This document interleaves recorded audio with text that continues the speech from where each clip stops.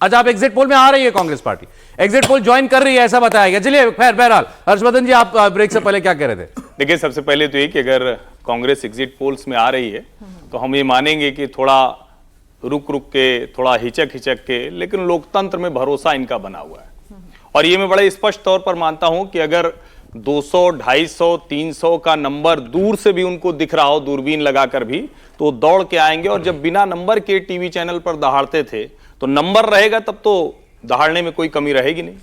लेकिन बार बार मैं कहता रहा, हम लोग कहानी कुर्सी की में रोज ही इसकी चर्चा करते हैं, और मैं जो पूरे देश में माहौल देख पाया, भारतीय जनता पार्टी से एक बड़ी चूक हुई, और वो बड़ी चूक उनको समझ में आई, जिसकी वजह से प्रधानमंत्री नरेंद्र मोदी को, जिसको कहते हैं ना कि दबाव पड़ गया उनके ऊपर कि वो मुसलमान, मंगलसूत्र, उस सब पर गए। क्योंकि राहुल गांधी और उनके साथी जिस तरह से आरक्षण, संविधान, बाबा साहब का संविधान चला जाएगा, जाति गणना नहीं करा रहे हैं, एक जो नैरेटिव बनाने की कोशिश की थी, वो एक वर्ग के दिमाग में फिट हुआ है। इसको कोई माने या ना माने, कम से कम मैं जो लोगों से बातचीत हुई, जिन लोगों से मिला मैं, और कमाल की बात यह, भारतीय जनता पार्टी के बहुत घनघोर समर्थक, वो कह रहे थे हम करें क्या, हमारा रिश्तेदार नहीं मान रहा है, वो कह रहा है कि भैया बाबा साहब संविधान में नहीं रही तो हम क्या करेंगे। और ये फीलिंग उत्तर प्रदेश और बिहार में गहरे बैठी, ये इसको बहुत ठीक से समझना चाहिए। नरेंद्र मोदी फिर से वही हुआ, इस चुनाव को पूरा अपने कांधे पर लेकर गए, फिर से वही स्थिति बनी, और बिना किसी संकोच में कहूंगा worst candidate selection Bharatiya Janata party ने किया है, कम से कम उत्तर प्रदेश और राजस्थान के कुछ हिस्सों में, कुछ सीटों पर, और उसमें बिहार भी आप शामिल कर लीजिए। इतना डर कर candidate selection Bharatiya Janata party के स्वभाव का हिस्सा नहीं रहा। वो भारतीय जनता पार्टी जो पूरी कैबिनेट बदल देती है, चीफ मिनिस्टर बदल देती है, एक कोई संकोच नहीं करती है, वो लोकसभा में हिचक हिचक के डर डर कर चल रही थी। उत्तर प्रदेश में ऐसी 12 से 15 सीटें हैं जहां कैंडिडेट की वजह से तो बिल्कुल चुनाव नहीं जीतना चाहिए।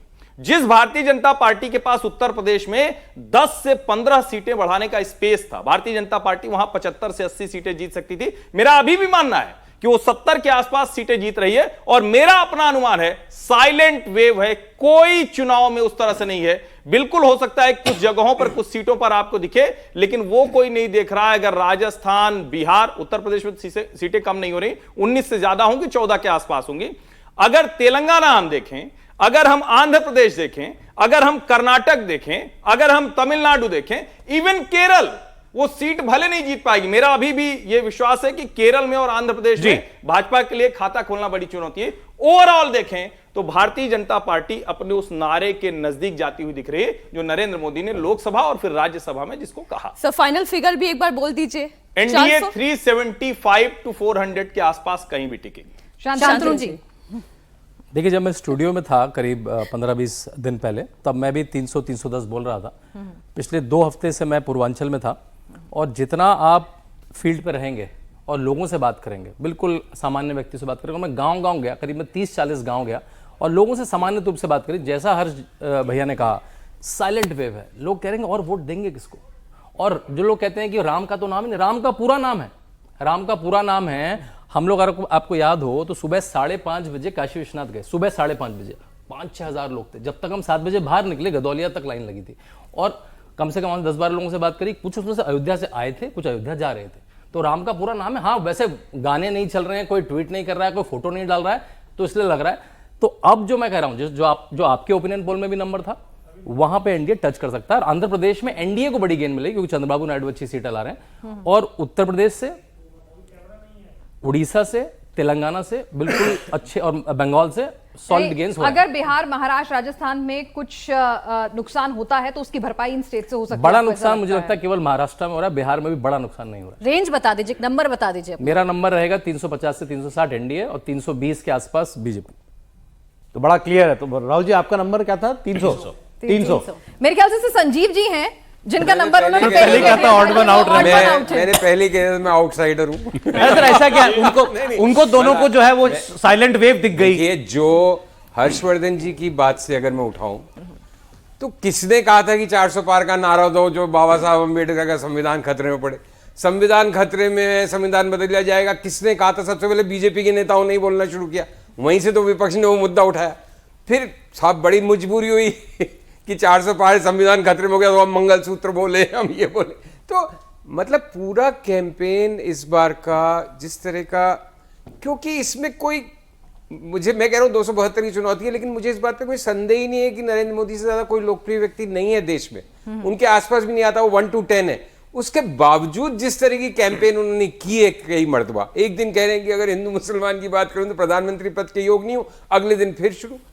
तो मतलब, और मजबूरी है ना, चुनाव लड़के जीतना है, बाकी सब बातें तो धरी रह जाएंगी।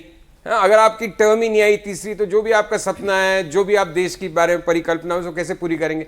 लेकिन ये जो रास्ता है, वो फिर हम एक बार वही डिविसिव राजनीति में फंस गए संजीव जी, फिर कंप्लीटली। जो आप कह रहे हैं कि नंबर डाउन हो रहा है, आपको क्या लगता है किस स्टेट से? जैसे अभी शांतनु कह रहे थे कि उन्हें तो यूपी में ह्यूज गेन होता हुआ दिख रहा है, हर्षवर्धन जी की भी ऐसी राय है। आपको क्या लगता है कि यूपी की अगर हम बात करें तो वहां आपको भी लगता है कि, क्योंकि सबसे ज्यादा उम्मीद कांग्रेस समाजवादी पार्टी ने उधर से इंडिया गठबंधन ने लगाई हुई है। देखिए, शांतनु जी ने जो बात कही, सबसे बड़ा खतरा महाराष्ट्र इनके हिसाब से है, मैं उसको सेकंड करता हूं। दूसरा बड़ा खतरा कर्नाटक है। 2 स्टेट जहां से बड़ी संख्या में सीटें कम होंगी, उन दोनों स्टेट्स की जो सीटें कम होंगी वो सारी स्टेट्स में मिला के भी नहीं बढ़ रही। अच्छा, है ना, उड़ीसा में कितनी आ जाएंगी? 21 में से 8 हैं, 12 हो जाएंगी, 11 हो जाएंगी, 13 हो जाएंगी। डाउन वाली आप बता रहे हैं 2 कौन सी? महाराष्ट्र और कर्नाटक मैक्सिमम डाउन। तो यूपी में कोई नुकसान नहीं हो रहा? यूपी में मेरे हिसाब से, देखिए मैं यूपी गया नहीं, मैंने सुनी सुनाई बातों के आधार पर बोल सकता हूं आपको, जिसका कोई मैं खुद ही अर्थ नहीं मानता।